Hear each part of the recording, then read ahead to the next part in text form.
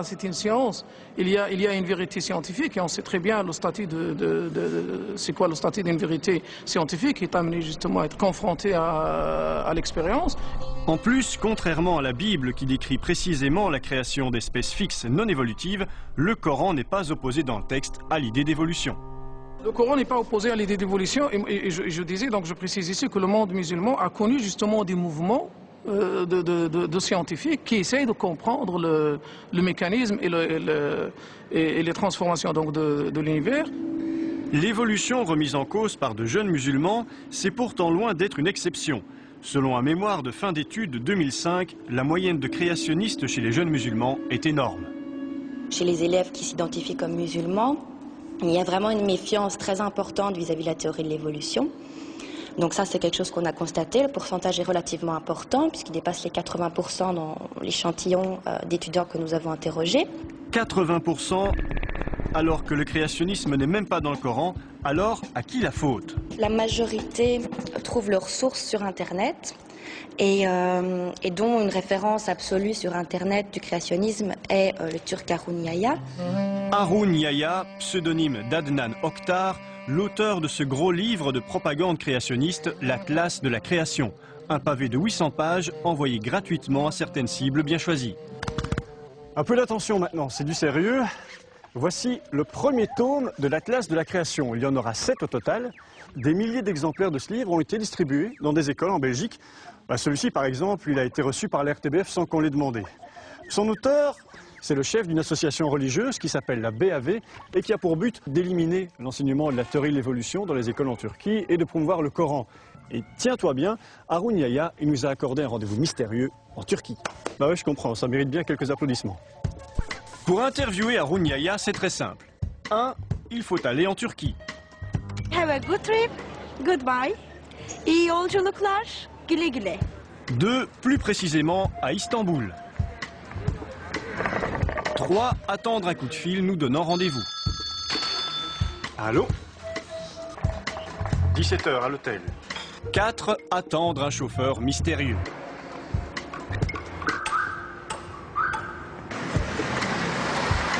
5. Rouler longtemps vers une destination inconnue dans la partie asiatique d'Istanbul. Et enfin, arriver dans une grande maison vide, à l'exception d'une pièce aménagée pour les interviews télévisées. C'est ici qu'Harun Yahya, le maître du créationnisme musulman, nous rejoint et nous explique pourquoi il envoie gratuitement son atlas dans les écoles. Je l'envoie pour montrer la vérité aux professeurs et aux conférenciers de ces écoles. Jusqu'à présent, on les a trompés. Maintenant, ils ont la vérité. Grâce à ça, le darwinisme s'est écroulé aux États-Unis, en Grande-Bretagne et en France. Aujourd'hui, dire qu'on est darwiniste, c'est quelque chose de honteux, alors qu'avant, c'était le contraire. Harun Yahya prétend que l'évolution des espèces est une invention. Dans ses 800 pages, un seul argument, les fossiles sont identiques aux espèces actuelles et n'ont donc jamais évolué, rien de plus faux. Par exemple, voilà un premier exemple ici, on montre un fossile qui est un squelette et puis un animal actuel pour lequel on ne voit pas le squelette. Donc c'est impossible de voir si ça a changé ou si ça n'a pas changé. Par exemple, par rapport aux arthropodes, dont font partie les insectes et les araignées, encore une fois, ici, si vous regardez les spécimens fossiles, le détail de l'image est tellement peu précis qu'il est impossible, encore une fois, de vraiment faire une comparaison fiable entre l'ancêtre et l'actuel. Et puis il y a le top du taux manifeste. Alors, le top du top, effectivement, M. Harun Yahya nous annonce ici un fossile qui est un crinoïde, c'est-à-dire un animal du même groupe que les étoiles de mer et les oursins, ce qui est vrai, et qu'il compare avec un organisme actuel qui ne fait pas du tout partie du groupe des échinodermes.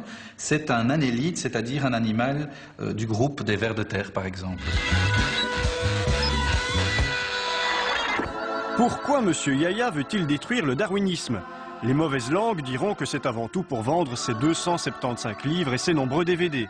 Lui prétend, comme ses amis créationnistes américains chrétiens, que c'est pour rétablir l'ordre religieux dans le monde.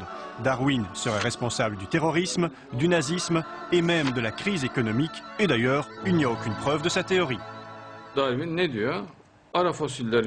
dit que s'il n'y a pas de fossiles intermédiaires, alors sa théorie n'existe pas.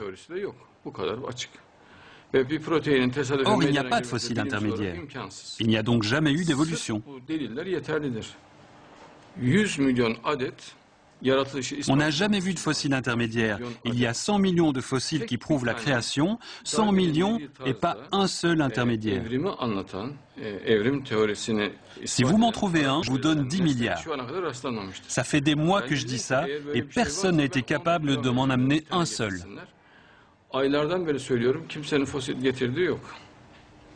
C'est que vous n'avez pas très bien cherché. Nous, on en a trouvé un tout de suite au Musée des sciences naturelles de Bruxelles, le Pikaia, une espèce de petite anguille dotée des prémices d'une colonne vertébrale, l'intermédiaire entre les invertébrés et les premiers vertébrés. Ou le Tiktaalik, intermédiaire entre poissons et quadrupèdes. Ou encore l'Archéoptérix, intermédiaire entre reptiles et oiseaux. Pour l'envoi des 10 milliards, monsieur Yaya, c'est question à la une boulevard Eyers à Bruxelles.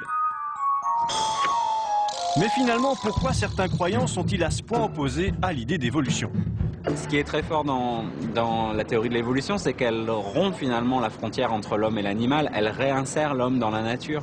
Et je crois que là, il y a quelque chose qui choque profondément certaines croyances qui ne sont pas uniquement le propre des religions, hein, mais qui sont en tout cas exprimées dans les religions, qui sont cette croyance que l'homme est comme...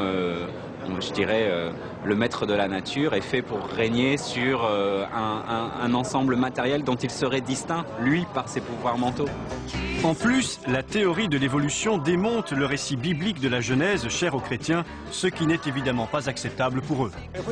Si on peut montrer qu'on ne peut pas croire la Bible pour l'histoire, la chronologie et la géologie, je serai le premier à dire qu'on ne peut pas lui faire confiance du tout, et il faudra abandonner tout le reste. Your word is true from the beginning. Your word is truth. Vous enlevez la doctrine de la création, tout le reste s'écroule. Et ce n'est pas par hasard que les athées s'attaquent à la doctrine de la création, parce que tout le reste perd son sens et n'a plus de fondement. Pourtant, des croyants évolutionnistes, il y en a beaucoup. D'ailleurs, voici un prof de bio universitaire, croyant et farouchement opposé au créationnisme. Le créationnisme prône une création des espèces indépendantes les unes des autres qui ne rentrent pas dans le cadre d'une évolution. Et or, on sait maintenant, et c'est convergent par de nombreuses données scientifiques, que toutes les espèces animales ou végétales naissent d'une évolution, d'un changement dans les formes de vie avec une adaptation dans le milieu. En Belgique, il existe déjà un créationnisme naïf. Rien d'organisé comme aux États-Unis, mais une présence néfaste pour la formation intellectuelle des élèves. Il faut dire que le programme scolaire n'aide pas, l'évolution n'est enseignée en Belgique qu'en fin de secondaire. L'ensemble des phénomènes de la biologie sont à lire à la lumière des phénomènes évolutifs.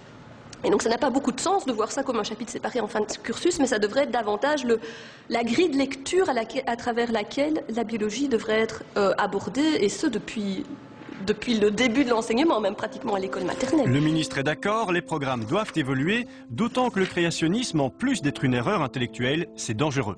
C'est dangereux parce que ça remet en cause les fondements de ce qui est la connaissance, c'est-à-dire vraiment un des fondements de l'État démocratique. Donc je pense que c'est effectivement très très dangereux parce que ça prépare à tous les obscurantismes.